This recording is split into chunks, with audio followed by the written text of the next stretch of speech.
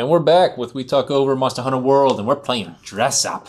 Yeah. But really, Riylo is learning perks from Waterboy here, because he knows these things. Video game Barbie. Alright, so then you got the next one, after we went through our now we Gilcross, which is... the big thing I liked about this one was the headpiece, actually. It's actually a pain in the ass to acquire, too, because you have to do, like, the arena... the special, like, Gathering Hub Arena missions, which is, like, max 2 people, minimum 2 people. You don't actually have to have 2 people to go in it, but, like, the monsters are automatically scaled for multiplayer. So if you go in by yourself, it's awful. It sucks. That sucks. Yeah. But, it's not too bad. The big thing was that headpiece, because the headpiece, like, has Divine Blessing 2 on it naturally, and then 3 level 1 decoration slots. Like, it's, you know... An actual 5 skill piece item is incredibly hard to come by. Divine Blessing 2? Mm-hmm. Okay, so that's the thing that you get at the beginning of the game that's just real. It's just... I thought it was... So how do you activate it? It's just a random chance on getting hit that it'll activate. Yeah, and so that was one of the things that was part of that one no bullshit set that I saw. Yeah. Was just... I've actually have a set that I've ran that's actually kind of nice, and it's just like all defensive crap, I think. I don't even know if it ran any offensive stuff, but it definitely had Divine Blessing 3 on it, which it's... Because it actually procs a lot more often than I thought it would. Like, it's got to be at least like a 33% chance to proc. So it's a sizable decrease in, or, you know, whatever, sizable buff to your resistance or your defense. I think you've seen the Dragon King Eye patch, probably. I have. Oh, the commission set. This one you get from, there's a quest after you do all the optionals. You unlock a special optional called The White Winds of the New World, and it'll give you some tickets that you can use to make the commission set. Okay. It's a lot of, like, utility skills. Wide range is in there, Mushromancer, you know, Carving Pro, crap like that. It's not really that exciting of a set, but... I know my wife was pretty, needed some pieces from it because it was one of the few ways of getting wide range early on before they released Deviljho. So Deviljho, he has a handicraft, part breaker, latent power, and speed eating all naturally. I guess she never did get wide range for Deviljho. His speed eating. His beta boots were pretty solid if you needed speed eating. 2 speed eating, 2 level 1 slots. Good stuff. But... the Deviljho stuff, which has a little bit of handicraft naturally, which is useful because the Deviljho weapons need it. Otherwise, didn't have a ton. The armor wasn't that exciting. The weapons were more exciting from Deviljho. Then Kuvtaroth, if you want to be blinged out. Look at that gold. Oh, that gold. This stuff, though, warrior. This armor was wild. So, like, the Alpha came with Agitator 2, which is actually, this is the only other way besides Nergigante armor to get Agitator, not counting jewels, I guess, as well. What's Agitator? Or a charm. Agitator is actually a pretty solid skill. So when monsters enrage, you get a buff, and if you can get all 5 ranks, it's a 20 attack buff and 15% affinity, which is pretty solid. And monsters will lots of times they just enrage all the time, so it's actually active quite a bit. So you explained that a rage was a thing. Mm-hmm. What is it? They just kind of scream, go nuts, start attacking more often, maybe. Is it predictable when it happens, or is it just it can happen whenever? I think it just kind of happens whenever. Maybe after you deal enough damage to them, they'll enrage. Or to be honest, or maybe some zones will cause, like, they're more likely to enrage in some zones than others. I'm not 100% sure what causes them to enrage, but like some monsters will have like a physical change when they enrage. Others don't. Like, for example, like, I don't think Diablos does any kind of physical change when he enrages. Okay. But, like, Deviljho, when he enrages, he'll actually start kind of, like, glowing red on certain body parts and stuff. Okay. But, so Agitator 2 with a helmet, pretty rare. This is the big one, though. This chest piece had people just, like, losing their shit. Because it has Crit Boost 2 on it. Prior to this, there was no way in the game to get Crit Boost higher than Crit Boost 1 from any one piece of gear. Right, like, there was, like, a helmet that was, like, the Rathalos Soul B, that, or A or B, I think, could give you Crit Boost 1. You could make a charm, but the max rank on the charm was 1. Like, although, you know, lots of times they either go up to 2 or 3, except for that one. Maxes out at 1. Some Xenogeta gloves had a Crit Boost 1 on them. But so, like, you know, in order to get Crit Boost 3, you were using a lot of different slots to do it, and it was really, it was hell on builds. So most people didn't try and get crit boost that, beyond using jewels. This armor gives you a way to do it without jewels.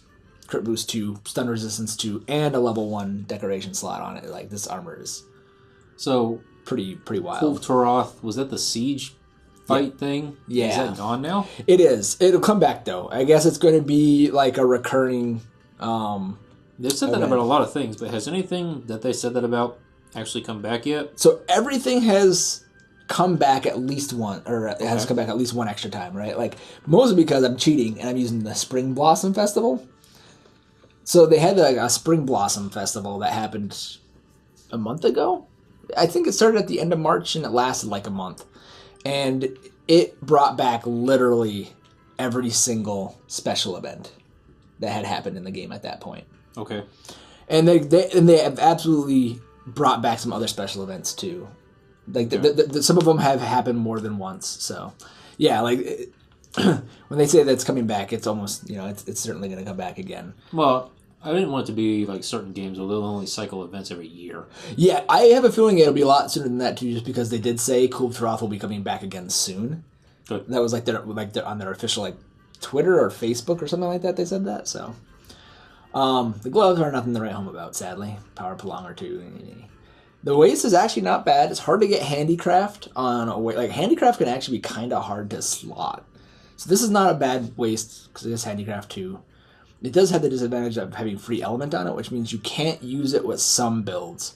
Like, for longsword users, there's this one called Divine Slasher that's really exciting, but you can't use this with that because the free element screws up the whole game plan with Divine Slasher, which is to go elementless. And then these boots are pretty sweet. Ride range 2, peak performance 2. I mean, they're not bad. And the beta stuff isn't bad either. The beta stuff gives up, one of like the big abilities, but it always gives you like a big ass jewel slot in exchange. So right. So it's pretty good. Next set. This was actually from the Blossom Festival. So yay! Look at me. That doesn't look dangerous at all. At all. And Sally is also not really that great at all either. Cool. Next. Dante. Yeah, look at my Already bad hate it. self. Granted, my coloration does not help probably. No. But the Dante stuff is not. It's interesting. Like the helmet, right? Like weakness exploit 1, crit I 1 with a slot. It's not terrible. The thing that was wild is this one. The boots. The boots are nuts. Weakness exploit 2 with 2 level 1 slots. Like the fact that you can now get weakness exploit on your boots and get 2 ranks in it too. Oh. It's so sweet for itemization. Weren't there items in the game or something that they were starting to put in to kind of add to that in-game grind that were meant to add slots or upgrade slots in armor?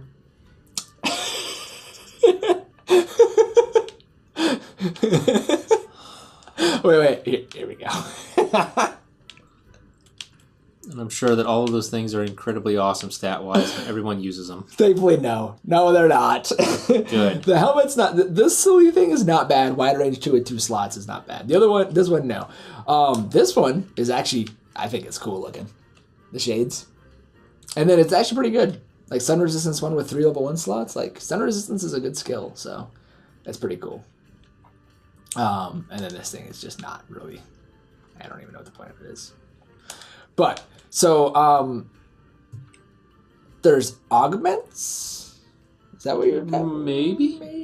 So, like, I think my gear's all augmented right now. So you can go to augment equipment. Let's sort by equipped real quick. So, oh, hey, actually, it's... What am I wearing? Oh, I know what I'm wearing. Okay. Because I'm wearing my Valhazak hunting stuff. So if you click on the armor, you can use these like shards. So like I don't know if you've seen them in my rewards. I'm doing these tempered fights. I'm getting these like stream stone shards. Okay. There's like 3 different rarities you can get of them. They have a couple different uses. One of them is augmenting your armor. So what you do is you use some materials to upgrade the limit removal. So you know how like when you're like leveling up your armor, like it would eventually hit a cap and you couldn't level it up anymore? Right. Yeah, so this raises that. Okay. It says limit removal, but it actually just raises it. So right. I don't know why it says limit removal. And then for weapons, so like if you see, I already got health regen in my Extermination's Edge. Here, let's grab a different one. Grunge Storm. Here we go. So you can see how like I got health regen and then I got an empty slot here, right? So like these are the things you can put into an augment slot. An attack increase, which does I can't remember. It's a flat amount though. Is it maybe 15 attack? I don't remember. It's probably most people say it's not really worth it. That was like 16 attack for this one. But like most people say it's not really worth it because it's not a percentage base. It's flat. It's not that big. Yeah, when you get to those higher numbers, it starts to matter less and less. Yeah, and then for the people who like to just go pure DPS, the affinity increase is the nice one because that just gives your weapon like an extra 10% natural affinity chance or whatever, just affinity, right? Which is the crit chance. So it's pretty good. This one's doo-doo. Everything, no one thinks that one's good. This one is. I know my wife when she has like her main build and like she actually got her weapon fully upgraded that she uses for it, and she put one of these in there because she needed the extra slot to complete her build. She needed the extra skill slot. So that's a skill slot, not gem or it's a slot. It's a decoration slot. It's for the gems. So that's because the decorations give you a skill, right? Like you're making a skill. So, but I don't think it's worth it. Like if it was a level 3. Yes, it'd be worth it. But instead what they did is the level of the slot you gain on the weapon is determined by the number of augmentations you spend on that upgrade. So like a rarity 8 weapon only has one augmentation slot to begin with. So you could add, a level 1 gem slot to it. Okay. A rarity 6 weapon, which they're generally a lot weaker than rarity 8s, their big advantage that you can augment them 3 times. Okay. You could, in theory, put a level 3 gem slot on them. But, I mean, again, like, okay.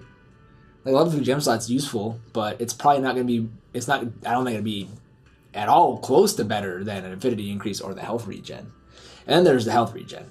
And this is pretty important or unique or special because it is the only way to get this ability in the game is by putting it in weapons. Okay. Like, there's other things in the game that will give you, like, some sort of passive regen going on, or, like, regen when you hit guys. Like, the Nergigante set, right, gives you health back when you hit dudes. But it's not the same as this. Like, this is unique to weapon augmentation. And it's actually significant. Some people will say it's not good, but, like, even just having 1 health regen with the 3 recovery up is a substantial amount of, like, health regen coming back in. Having 2 ranks is going to be nuts. I actually saw a video of a dude who he's using a weapon and he had augmented it 3 times. So he had all 3 health regens and he had the 3 recovery up. And I was watching him like he was a longsword wielder. And he was below half health, or maybe he was just above half health, right around half health. Landed a Spirit Helmbreaker, which is like 7 like really fast, 7 like it's 1 hit, like strike, but it hits like 7 times. Okay. He hit with the Spirit Helmbreaker and he's full healed from almost half health. Good stuff. Because he had like 3 health regen plus the recovery up. So like it starts to add up, right? Like it's really good. That's why I'm looking for one more. See, you can see I need one more. Warrior Stream Zone shaft. So get one more of those and I can put my 2nd health regen on my Grunge Storm. So that'll be sweet. Sweet. All right. Well, we're going to have gameplay next episode. So that's good. We spent a little bit too much time playing Jethap. Barbie for boys. So anyway, we are done talking. Bye-bye.